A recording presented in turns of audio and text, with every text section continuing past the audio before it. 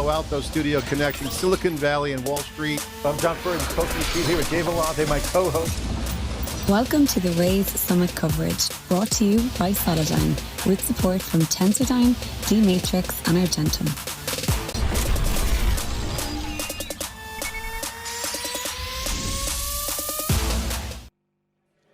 Welcome back to the live stream here in Paris, France. I'm John Furrier, your host of theCUBE. We're here for the Raise Summit Day 2, winding down the last interview of the day, wrap the show up.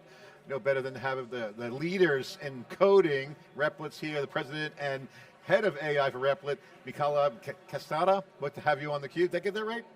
Thanks for having me. Okay, close, close. So first of all, Replit is really one of the hottest stories here because AI infrastructure, which is dominating a lot of the conversations because the AI build-out's happening at rapid pace. Europe's a big part of it, but it's enabling more use cases, more users, more open source. Everything's coming together and more people are coding and creating. You guys have a leading product. I'm a customer. I love your product. I love to hear that. Congratulations. Explain the momentum for people to understand. You guys make it easy for people to code. That's the app. We all know about the coding. Talk about the momentum you guys have and how big it is and what the scope, the magnitude of the uptake.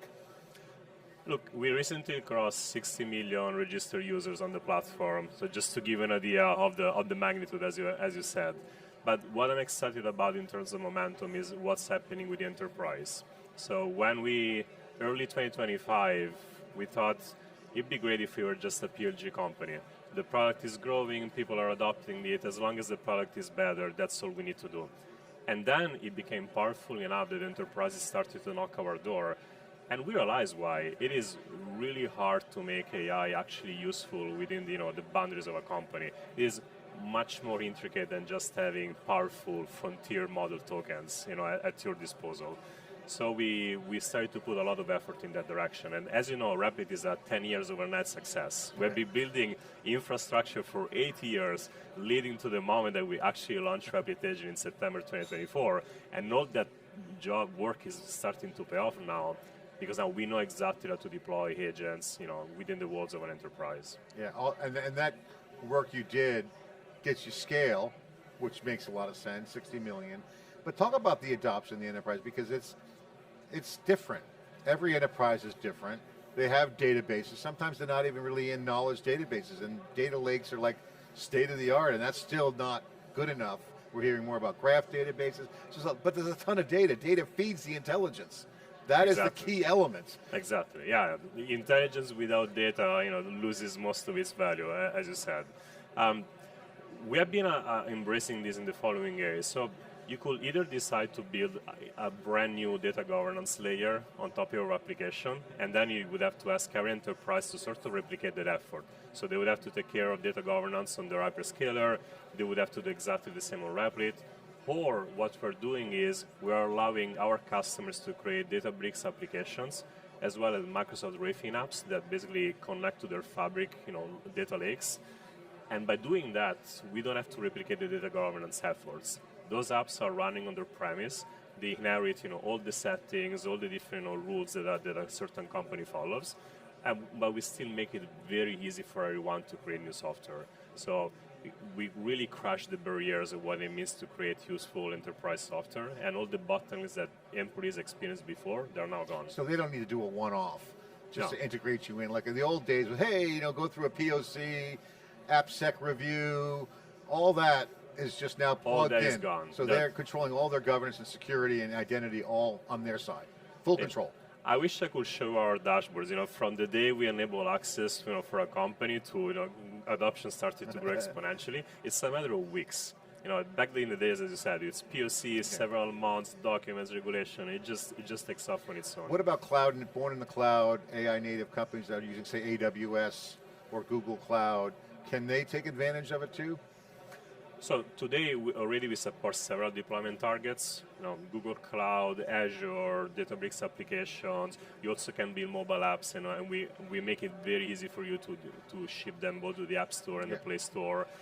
We're going to just keep adding new targets. It's a non-trivial amount of engineering, but it's an amount of engineering that we love to take over as a burden, because then we simplify life, for our customers. So I can just connect to an S3 bucket, of course, and it's done. yeah. We have more than 400 connectors today. Some of them are for the consumer apps that you talk about all the time. Yeah. Some others are, different enterprise data warehouses, and we're going to keep expanding the list. What's the coolest thing you've seen happen from a coding / connecting standpoint on the enterprise side? What are some cool examples that you can share? Look, the stories I love, they mostly have to do with replacing SaaS solutions that those companies were buying back in the days. And well, of course, one entry point is all about cost savings. If you were buying a vendor for 7 figures and you can rebuild that on Replit for a few $1,000s, of course, that's a massive success for the company that is using Replit.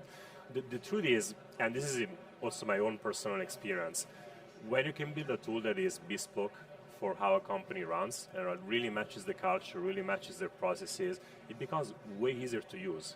So I'm not a salesperson by any means. If you put me in front of Salesforce or an advanced CRM, I get lost. That's not my skill set. No one likes sales.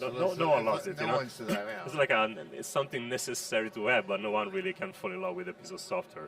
If you instead rebuild it in a way that is not bloated in terms of number of features, it uses the same jargon as the company, then even myself, when I use our own GTM tools at Replit, I know how to use them. I know how to navigate them correctly because they're part of our, the company culture at this point. What is the common onboarding process? Take me through, I'm saying the enterprise for a second. I'm an enterprise. Take me through, I'm interested, I love it. What do I do? How fast, what's the onboarding look like? You will likely receive an invite to a hackathon. So we show up in person. We run a hackathon at your office. We usually ask you for the biggest room you have available because they tend to overfill immediately. And folks from any different type of department are showing up. And like in a matter of 2-3 hours, we let you go through the first aha moment. I know that you hack a lot and write software. I'm sure you remember the first time something you wanted to build actually worked. Yeah. That's such an adrenaline rush. And we're basically allowing all of them to experience that. And then they start to connect the dots and they realize, oh, I always wanted to build this feature for our product. The engineering team never found the bandwidth to do so. Now I'm going to prove them that it's actually useful. Michele, I got to say, one side consequence of your success has been you brought a lot of retired coders out of retirement because, when you get older, you learn coding, but you lose the syntax. What ID do I use? I'm running a company. I'm so busy. I got all these direct reports. Now I hear the story, very common, that they code prototypes of things they want to get done and then send it to the team and saying, look, here's a draft. Yeah, it can be done. Just go demo, ahead and put it in production. Demo, no memo. Demo, no memo, exactly. It's like, okay, great. That has changed lives. I mean, it's been an amazing thrill.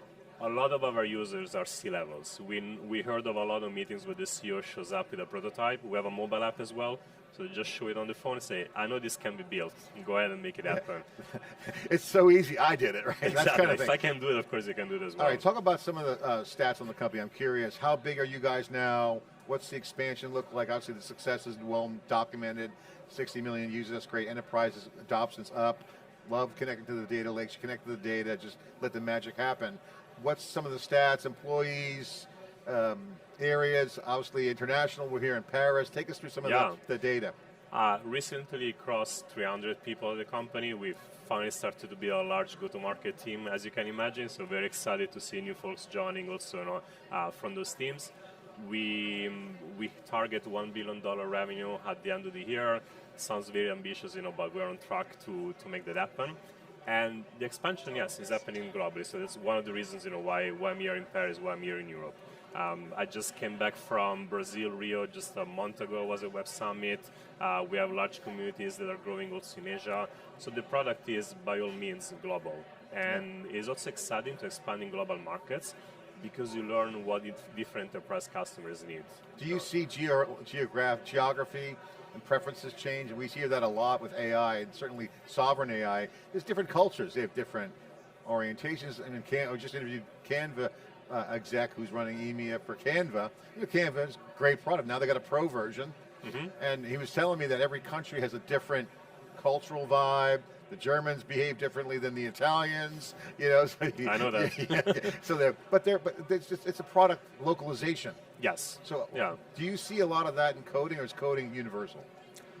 Coding is universal to an extent, but Replit is far more than coding. It's a platform, it's an ecosystem. So we're starting to put a lot of effort on localization, and it's not just about the language. It's also about different ways in which we think about the UI, and also companies have different requirements depending on the geo. So we have like a very ambitious enterprise engineering roadmap. All the different features that they need us to support. On the platform side, I love the transition, because once you're a platform, the world gets better because you're doing a lot more. So as you guys grow, what are some of the features you guys are adding into the platform to benefit the users in the enterprise? So I would say what I'm most excited about is the fact that we support all these different deployment targets at this moment.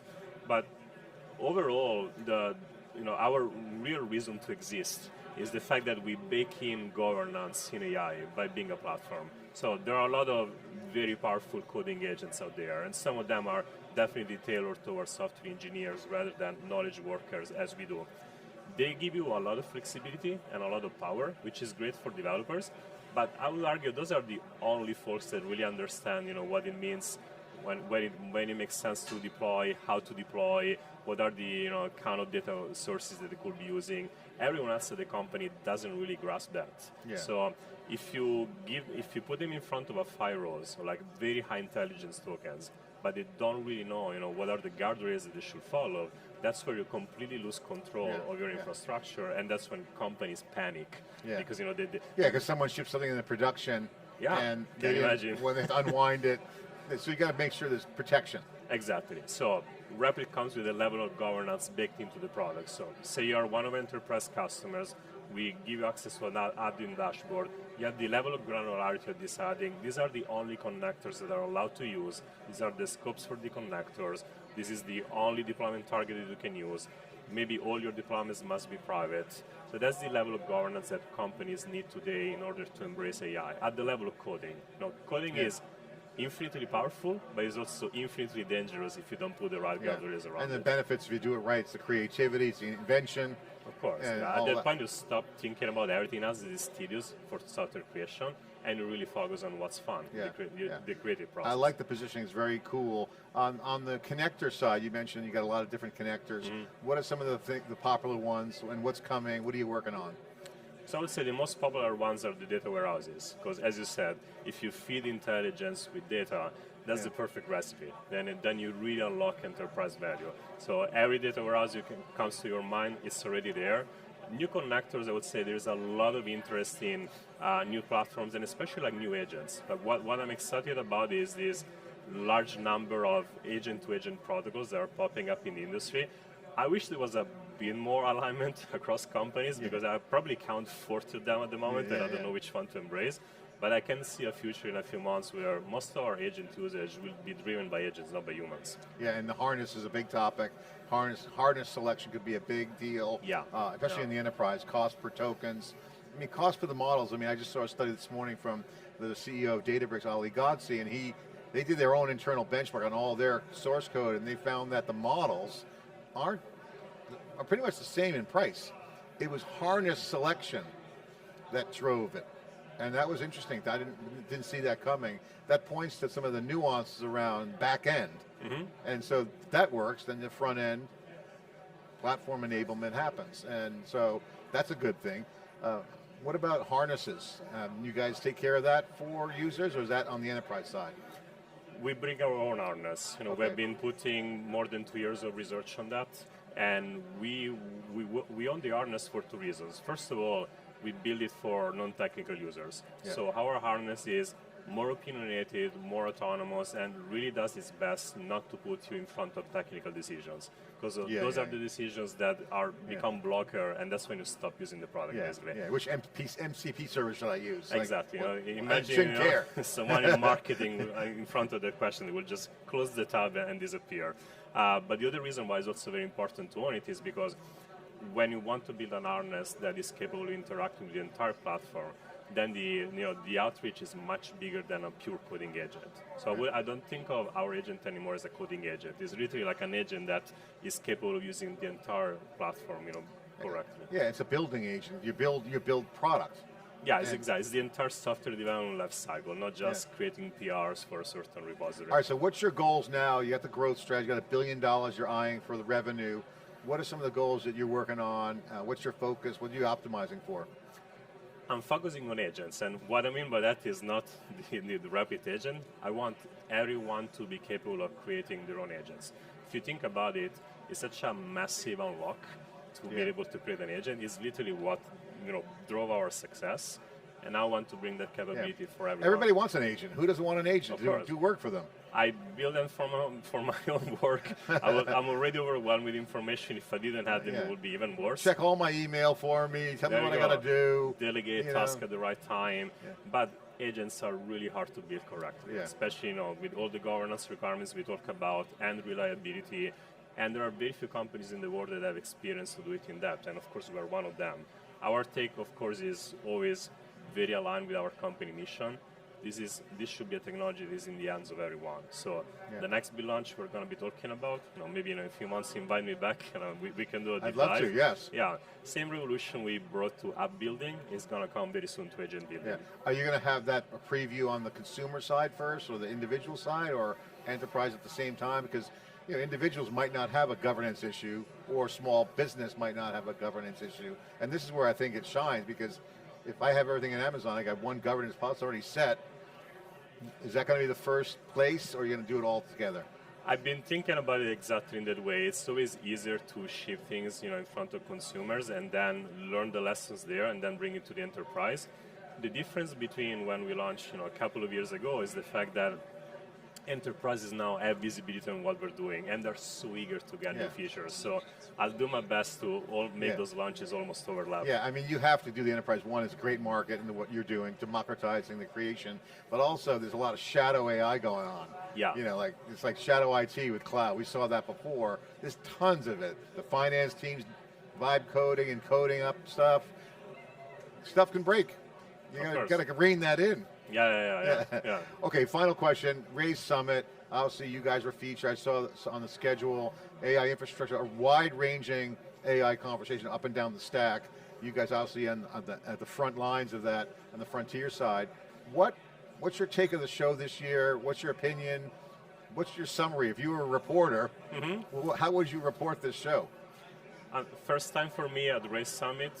I really enjoy the fact that it's full stack, as you said. You get lost across the rooms and you see all the way from the GPU build-outs to the app layer like us. So great to meet founder, across the entire stack. I'm European. I'm very proud to see like a flagship AI event happening in Europe. Paris is an amazing city. It was also fun for me to be like on a flight from SFO to here and meet half of the folks on the flight were my friends in San Francisco, like all founders in my space. Yeah. But it's great to meet here, and it's a great venue. The whole tribe was coming from the Bay Area. All the same flight. You're at business class. All the business class seats are taken. Yeah, but I think all of us are here, especially to meet companies that are not exposed to what's happening in the Valley, but are very eager to understand and embrace this level of innovation as soon as possible. Show had a great success. The event on the opening night was pretty impressive. In Palace of Versailles was great. Fireworks, great stuff. Well, congratulations. We'll definitely want to follow up on your news. Looking forward to it. Thanks for coming on and wrapping up our show. I'll be back. All right. It's an honor. All right, we're wrapping up. This is a wrap for Raise Summit Day 2 closing. I'm John Furrier, host of theCUBE. Thanks to the team, guys. Great job out there. You got Gemma Allen, Alicia Vellante, all doing a great job. Liam, all doing great work. See you next time.